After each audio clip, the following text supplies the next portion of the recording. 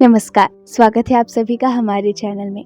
हम पढ़ रहे हैं पुस्तक सीता, जो कि लिखी है देवदत्त पटनायक जी ने। हम इसका खंड 3 पढ़ रहे थे, तो चलिए उसी को आगे पढ़ते हैं। 3 रानियां। सीता जानती थी कि लोग उन्हें जनकपुत्री, मिथिला निवासिनी तथा विदेह भूमि से होने के नाते जानकी, मैथिली तथा वैदेही के नाम से पुकारते हैं, परंतु उनका एक नाम भी था, सीता। वे यही विचार करती रहती कि कौशल्या का वास्तविक नाम क्या रहा होगा, क्योंकि उनके नाम का तो केवल इतना ही अर्थ था कि वे कौशल देश की राजकुमारी थी। दशरथ उत्तर कौशल के नरेश थे, जिनकी राजधानी साकेत में थी। कौशल्या के भाई दक्षिण कौशल के महाराज थे, जिनकी राजधानी काशी में थी। उन दोनों के बीच कई बार युद्ध हुए। जब दक्षिण कौशल की राजकुमारी ने उत्तर कौशल के महाराज से विवाह के लिए आग्रह किया, तब जाकर उनके बीच संधि स्थापित हो सकी। जब कौशल्या दशरथ की रानी बनी, तो दोनों राज्य मिलकर एक हो गए और साकेत को अयोध्या के नाम से जाना गया, जहां युद्ध नहीं लड़े जाते। सीता यह भी सोचती रही कि कैकेयी का नाम क्या रहा होगा। उनके नाम का भी तो यही अर्थ निकलता था, कैकेयी देश की राजकुमारी। उनके पिता अश्वपति अपने अश्वों के स्वामित्व के लिए प्रसिद्ध थे। उनके भाई युद्धजीत एक महान योद्धा थे। कैकेयी प्रायः अपने भाई के साहस की कथाएं सुनाती।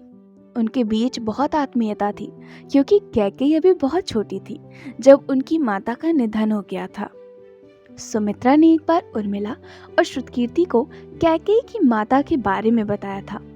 महाराज अश्वपति को यह वरदान था कि वे पशु पक्षियों की बोली समझ सकते थे, परंतु उन्हें यह चेतावनी दी गई थी कि यदि उन्होंने पक्षियों के मुख से सुनी बात को किसी से बांटा, तो वे तत्क्षण मारे जाएंगे। एक दिन अश्वपति कैकेयी की माता के साथ झील के किनारे बैठे थे। तभी उन्होंने एक हंसों के जोड़े को आपस में बातें करते सुना। उस बातचीत को सुनकर उनके मुख पर हंसी खेल गई। उनकी महारानी जानना चाहती थी कि हंसों ने क्या कहा। महाराज ने उन्हें बताया कि ऐसा करने से उनके प्राण जा सकते हैं। महारानी बोली, यदि आप मुझसे सच्चा प्रेम करते हैं, तो आपको मुझे बताना ही होगा कि हंस आपस में क्या बात कर रहे थे। महाराज को लगा कि उनकी पत्नी मूर्खा थी, जिसे अपनी बात का अर्थ समझ नहीं आ रहा था, या उसे उनके प्राणों का मोह नहीं था। जो भी हो, वे उसे अपने साथ नहीं रखना चाहते थे। उन्होंने उसे उसके मायके भिजवा दिया। कैकेयी और युद्धजीत को धायमा मंथरा के हाथों सौंप दिया गया, जिसने दोनों को पाल पोस कर बड़ा किया। और सुमित्रा, यह तो स्पष्ट था कि वे कहीं की राजकन्या नहीं थी। एक दिन मंथरा ने दबे स्वरों में मांडवी को चक्की पर गेहूं पीसते हुए बताया था, किसी राजवंश से नहीं है, किसी ब्राह्मण की भी कन्या नहीं है। संभवतः किसी व्यापारी, चरवाहे या फिर सारथी की पुत्री होगी। किसी अनुचर की भी पुत्री हो सकती है। कहते हैं कि नीची जाति की कन्या से विवाह करने से संतान का मुख देखना सहज हो जाता है, परंतु यह टोटका भी काम नहीं कर सका। इसलिए महाराज को संतान प्राप्ति के लिए यज्ञ रचाना पड़ा। यही कारण है कि उनके पुत्र दासों की तरह विनीत हैं। एक दिन जब चारों वधुएं अपने वरों के साथ रानी माँ के अंतःपुर में बैठी थीं, तो सीता ने तनिक सकुचाते हुए राम से पूछा, आपके पिता की 3 रानियां हैं, जिनमें से एक का वे बहुत सम्मान करते हैं, एक से अतिशय प्रेम करते हैं तथा तीसरी उनकी सेवा करती हैं। मैं इनमें से आपकी कौन सी रानी रहूंगी? राम ने एक क्षण को भी सोचे बिना उत्तर दिया, भले ही उनकी 3 पत्नियां हों, किंतु मेरी एक ही पत्नी रहेगी।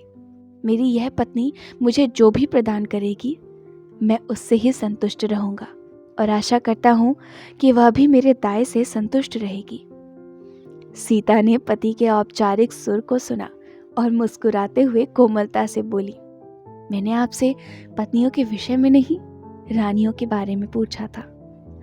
राम का सुर अब भी औपचारिक था। वे कोमलता से बोले, मैं अब एक पति हूँ, जिसकी एक पत्नी है। अगर मैं राजा बनूंगा, तो मेरी पत्नी रानी होगी। सीता, ये दोनों बातें एक ही नहीं हैं। मेरी पत्नी मेरे हृदय में वास करती है उसकी संतुष्टि के लिए ही मेरा अस्तित्व है। रानी राजा के सिंहासन पर विराजमान होती है और उसका अस्तित्व राज्य के संतुष्टि के लिए होता है। क्या यह पति अपनी पत्नी को जानता है? सीता ने पूछा।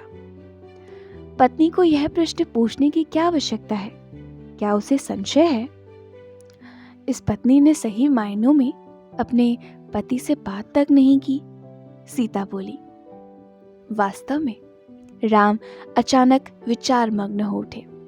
अभी तक उनका संबंध परस्पर वार्तालाप से नहीं बल्कि रीति रिवाजों, अनुष्ठानों व नियमों के अधीन था। उन्होंने एक दूसरे का हाथ थामा क्योंकि वे अनुष्ठान निभा रहे थे। वे एक दूसरे के साथ बैठे क्योंकि एक रीति को निभाने के लिए ऐसा करना अनिवार्य था।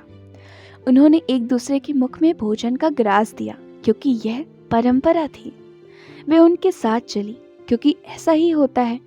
परंतु क्या वे सही मायनों में अपनी पत्नी को जानते थे? क्या वे उन्हें जानती थीं? क्या उन्होंने परस्पर भेंट की? उन्होंने परस्पर क्या देखा? मन अथवा शरीर? वे अब भी राजकुमार और राजकुमारी थे। अभी तक पति और पत्नी नहीं बने थे। राम ने सीता को कौतूहल और जिज्ञासा के साथ देखा। उनकी आंखें एक अद्भुत विस्मय से चमक उठी। सीता उसी समय दूसरी ओर देखने लगी। वे लजा गईं और स्वयं को संभालने का जतन किया। वे उन कोमल नेत्रों की गहराई में लरज उठी थी।